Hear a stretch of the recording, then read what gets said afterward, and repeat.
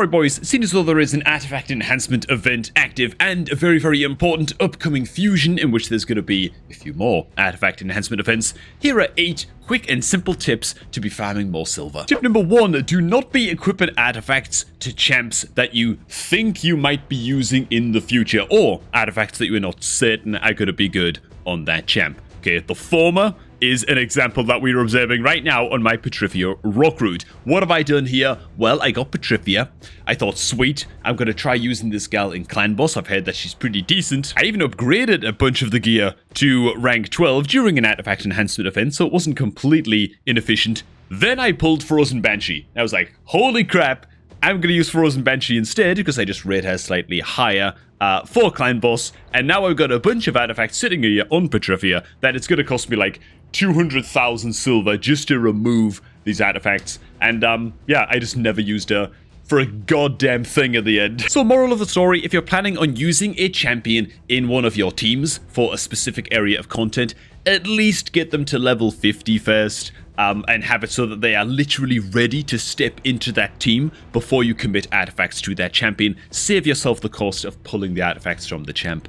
God damn it, don't be like me. Next up, artifact enhancement events. There's one active right now, and the tip here is to simply don't upgrade any of your items to rank 12, and certainly not rank 16 until there is an artifact event active. Kinda goes without saying, but you're dumping a hell of a lot of silver into an item to get it up to rank 16 in the first place. You might as well cash in on a crap load of artifact enhancement event points while you do so. Now, tip number 3 is kind of married to this tip, but particularly for newer players where your resources are a bit more stretched, okay? During fusion and fragment events like the upcoming Wixwell fusion event, you want to be stopping in artifact enhancement events as soon as you have enough points, which is usually around 4,500 in these fragment and fusion events. Stop at the fragments. As soon as you get the gosh darn fragments, stop spending, stop rolling up your gear, okay? Calm down. Don't be tempted by like the epic skill tomes, whatever, at the end. You're going to end up spending goddamn 35 million silver for an epic skill tome at the end of the day. It is my firm belief that there are much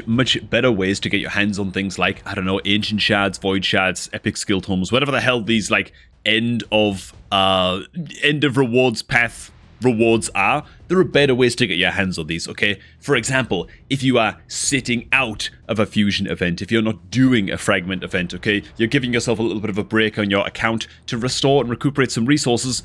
Great, you know, a Fire Night tournament comes up or whatever. Blast the hell out of it, man. Go crazy. Pick up whatever rewards you want while you're in your kind of like account off season, you know? You're not partaking in things like the fusion and fragment events.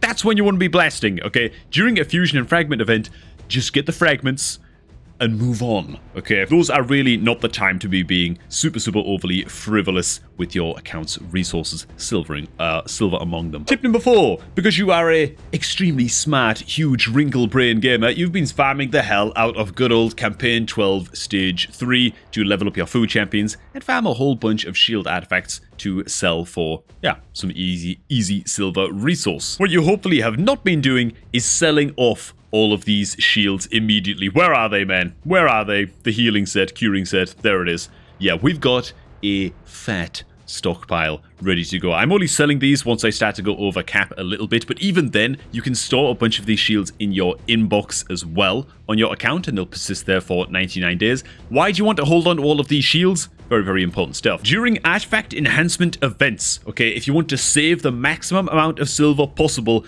and you really want to min-max your resources, all you want to do during these gosh darn artifact enhancement events is upgrade these shields to level 4, okay? It's going to get you a tiny amount of points each time while costing you really a tiny amount of silver to do. You want to go through all of your super low rank crappy trash shields that you've been farming up, rank them up to 4, and then sell them off. You'll still be able to sell them off at a profit, so you'll actually be earning silver as you still continue to earn artifact enhancement event points. And it is just going to be the most efficient way to actually get your hands on those artifact enhancement event points. You can get the artifact enhancement event done and pick up the fragments during fusions, usually for like 15 million silver, which really is not that bad if you're just leveling items up to 16 in order to get the artifact enhancement points.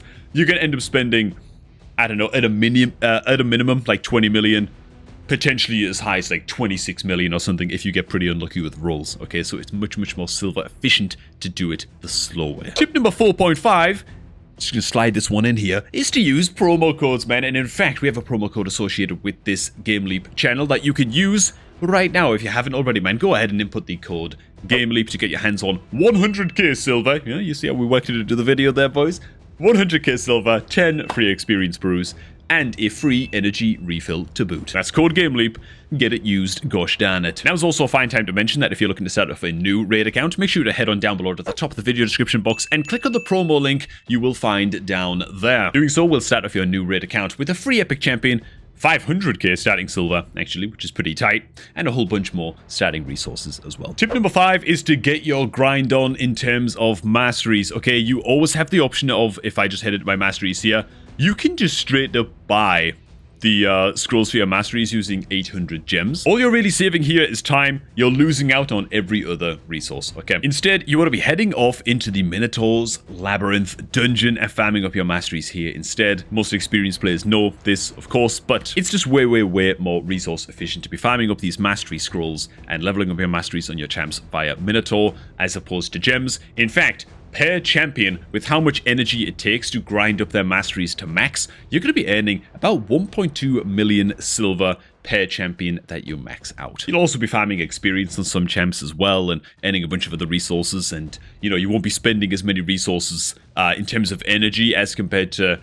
It's just more efficient, okay? That's all that matters, and you'll be earning silver along the way. So, tip number 6. We've spoken already about rolling up your shields just to rank 4 before you sell them off during an artifact enhancement event. That's all grand, but what about items that you're actually potentially wanting to hold onto? For items that are potentially good, again, you want to be holding onto these until artifact enhancement events, like this lifesteal helmet right here. Not bad. Potentially. So what you want to be doing with items that you might be keeping is you want to slowly roll them up first to rank 4 and then to rank 8 during artifact enhancement events. And in the case of this helmet, I'm hoping to roll into the attack percentage multiple times. If we roll into the flat defense, which is just a really, really crappy stat, then we might consider adding this to the sell list. Now, I'm actually missing a lot of good lifesteal gear, so unless both rolls go into the into the flat defense, I'll probably still end up using this helmet, but you can be the judge of what is a well-rolled item just based on kind of where your account is at the time, and make that decision again during the artifact enhancement events. That is all in all a really, really good time to, yeah, roll up your gear that could be good, see where it lands, and just have some good artifact cleansing activities going down. Tip number 7 is, it doesn't really matter how small or young your account is, you want to be farming faction wars daily, even if you can only do like the super, super low stages for a certain faction. Just get them farmed up so you are farming up forge materials to forge new gear in your forge building. And the same thing also with Doom Tower. You want to make sure that you're spending... Oh, I've actually got 1 silver key left, man. You want to make sure that you're spending all of your silver keys just farming whichever boss you can. Again, just to grind out more of those crafting materials. I'm actually stuck at a level 280 Griffin right now. Just can't best it.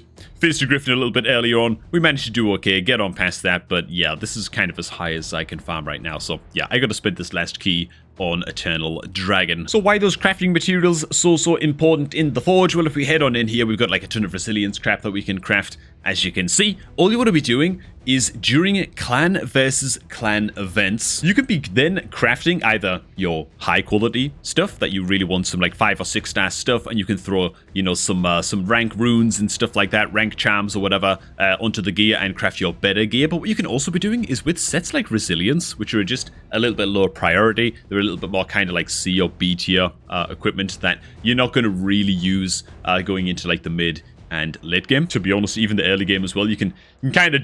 It's sort of hard to justify spending rank charms and stuff on resilience gear, okay? That's all I'm saying, right? It's a bit low priority. You could be crafting just a crap load of 3 and 4 star resilience gear in batches of 10. Don't put any rank charms or anything on it. You're just crafting this to, 1, gain clan versus clan points during the clan war event, and then to just sell these items off and just make a quick buck, and overall you'll make a decent amount of profit for every 10 of these that you craft. And lastly, if you're needing silver and you're not worried about taking part in, you know, an upcoming fusion event or fragment event, and you don't mind dumping a lot of energy or whatever, then all you gotta do is, in my view, wait until there is a spider tournament active, okay? And just farm the crap out of spider at whichever rank you can. You can spam the hell out of stage 10, which drops a inordinate amount of good loot. Like, it says it drops 4 to 5 star, but it almost always drops 5-star loot. It's very, very good quality stuff for the amount of energy that you're spending in stage 10. Some kind of like bug in the game or something, I think. But otherwise, just farm it up at whichever stage you wish. If you can farm all the way up to stage 20, then hell, just do stage 20. And the reason I'd recommend just blasting the hell out of spider if, again, you got nothing better to be saving your resources for. Blast it during a tournament. Pick up a whole bunch of, you know, tournament winnings, tournament rewards, that kind of stuff. Get some new accessories for your guys. And at the same time, accessories that drop from Spider's Den sell way, way better than any gear that you can farm from other dungeons. Rings sell for a lot, amulets sell for even more, and banners are like gold dust when it comes to generating silver. So yeah, of all of the dungeons and of all of the tournaments for the dungeons that can be active, if you're gonna pick one to blast and, you know, you're needing some silver on the side as well, it might as well be Spider's Den. It is pretty gosh darn lucrative. And I'm just realizing right now, as we wrap up the video, that I didn't set my camera back to its proper place. Well, crap. So hey man, I've been playing Raid for, in fact, I think exactly 90 days. Okay, 91 days, gosh darn it. But these are just some of the tips that I've picked up during that time, and that have been helping me out quite a bit with preparing for the Wixwell fusion. So, thanks for watching, guys. Hope you all did get a little bit of something from this video. If you did, make sure to hit like and subscribe to the channel for future stuff and to follow our mission to attain Wixwell in the weeks to come. Hope you also are ready for it as well. It's going to be an awesome, awesome little event, I think. Anyways, do enjoy the rest of your day. Really, really appreciate you stopping by. Make sure to subscribe for more videos. If you're looking to start off a new Raid account, make sure you do so by clicking on the promo link down below at the top of the video description to start your fresh account with a free epic champion. And for now, I'm going to catch all of you guys just a tad bit later, man.